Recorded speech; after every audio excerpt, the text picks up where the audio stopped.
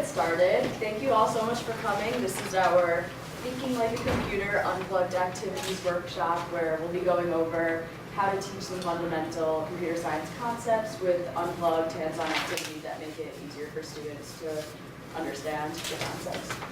And we know you guys kind of went through a few demonstrations during the initial meeting, so now we're going to kind of go over a couple other examples of how you can get students to learn fundamental computer science topics without necessarily using a computer. I'm Taylor. I'm Rachel. All right, so the first activity we're going to do is called Simon Says. So has everyone here played Simon Says before? Do I need to explain the rules? It's been a while. It's been a while. All right, so I'm Simon. I'll say Simon Says, and then I'm going to say, like, Simon says if you're wearing red, jump up and down. And then you have to jump up and down. But if I don't say Simon Says before it, and you do it, like, if I say, all right, if you're wearing blue, wave your hands in the air, and you wave your hands in the air, you're out. So that's just basically basic concepts of it. So first things first, Simon says if you teach middle schoolers, stand up and scream. Nice, okay. Simon says if you... Can we sit down? You can sit back down, yes. I didn't say you can sit back down. Simon says you can sit back down. I remember now. Okay, Simon says if you have done computer science before, clap 3 times. All right, if you're wearing white, say ABC. I think I have a little white. ABC? Like the flowers are white. She walked in late. I didn't say Simon Says. Oh, We'll give you a break. oh, okay. Okay, Simon says if you live in New Haven, raise your hand. Okay. Any more? Okay. Simon says if you had difficulty parking, say yikes. Yikes. Okay. So you get the general idea of Simon Says. Can you tell me what concept you think that might maybe be connected to? Conditionals. Have you said Simon Says The game's over, you all won. Okay, yeah, so you're perfectly right on the money. Do you always play with the if? Yes, so we always play it with if the computer suddenly turn off. Projector did. So we're just gonna switch to this projector. Perfect. Okay, so basically, yeah, we would have if then else up on the board, but the point of that is to kind of just get kids to understand the ways in which your computer can take in certain conditions and then produce different outcomes based off of those conditions. So what we would like to do usually after we do Simon Says is have the kids come up with different ideas within the real world of when if something then do something might show up. So just to brainstorm a little bit, what are some things in the real world that you can think of?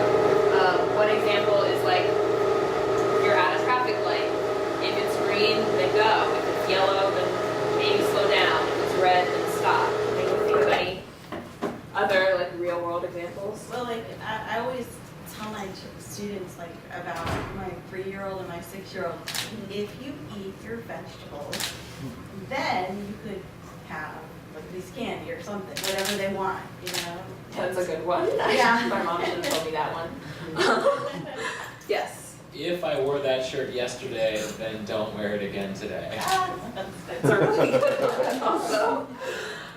So yeah, those are basically what we try to get them to think of, and that's an easy little way to kind of get introduced to conditionals. I know you guys also went over, I think it was looking at shapes on the board in the first one, so we kind of usually will use those two to get them to introduce to this.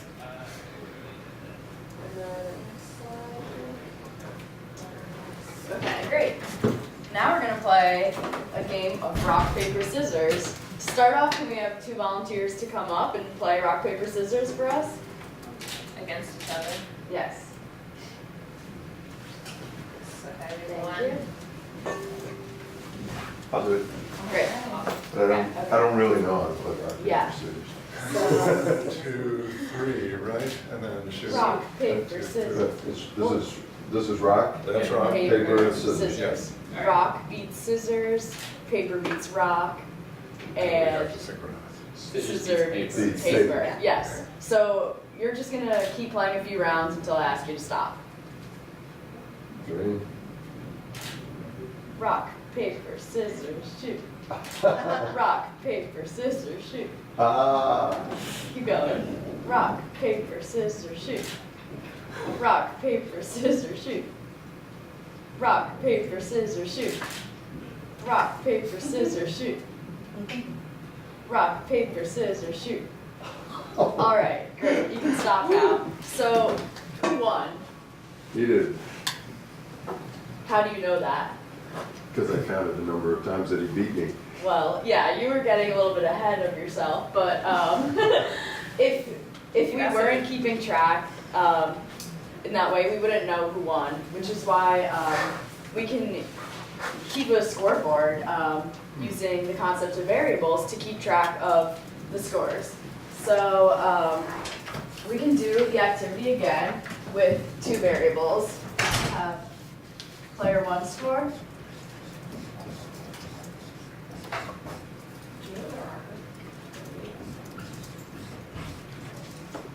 Yeah, I got it. And player 2 score.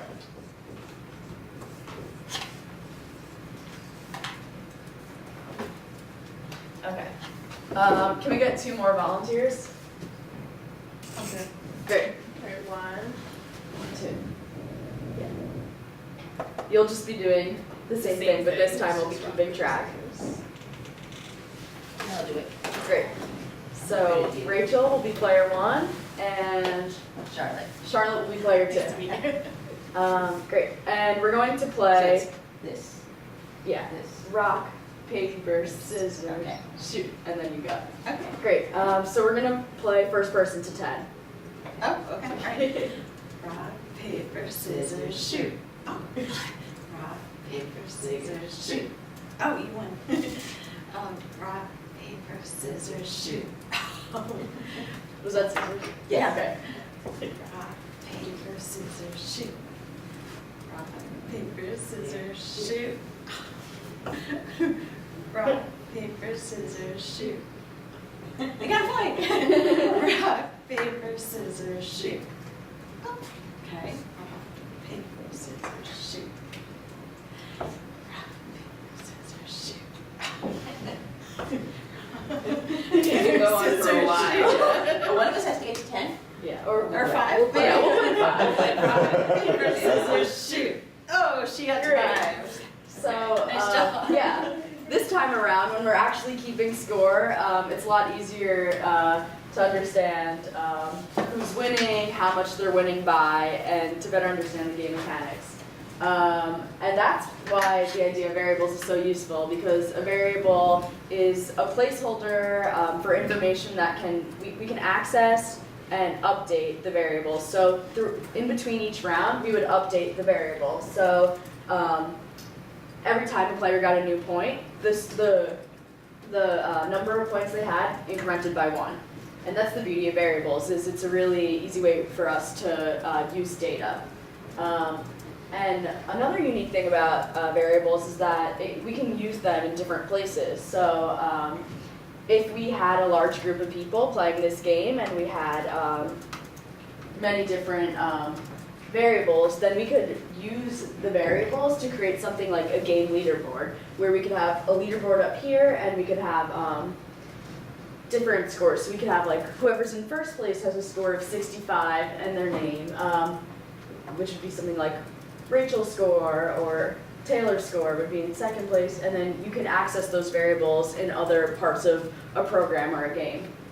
Great. I'm sorry, you completely lost me here. Okay. In this case, what are the variables, the scores? Yeah.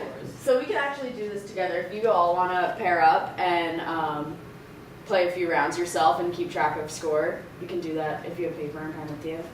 So yeah, why doesn't everyone pair up? And I'm sorry, how does this play into the Yeah. programming? Great, so here's the activity.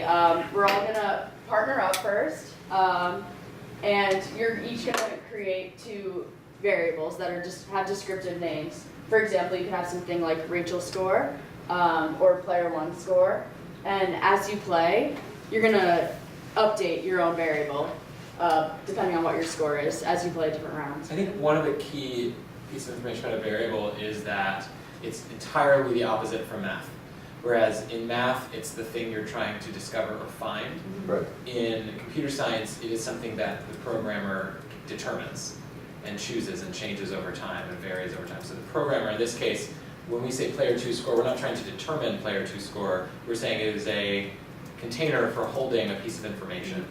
And in this case, it's the number of points that player 2 has at this moment in time. Later, we might add something to it or change it. So it's sort of the opposite from in math, which is very confusing. Okay.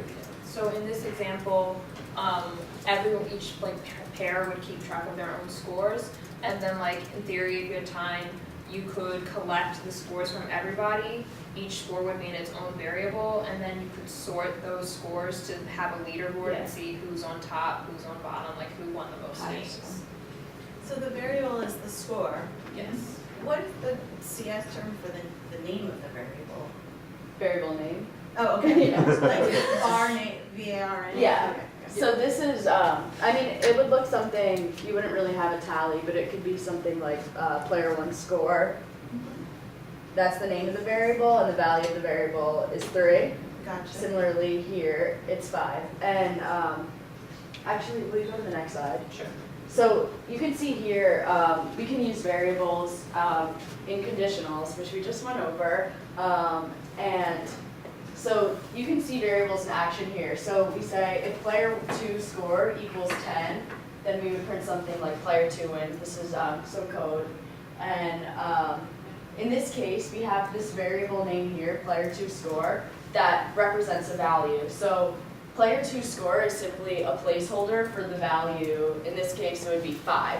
So we know that 5 does not equal 10, therefore this conditional statement will not run. And we can keep updating player 2 score. So as we go through the game, player 2 score may go up to 10 and may change. So we're constantly evaluating what player 2 score is a stand-in for. So I'm, learning a lot, and I've been teaching this stuff for like 6 years, but like, I think I have misunderstood the concept of variables. So, like, I might be teaching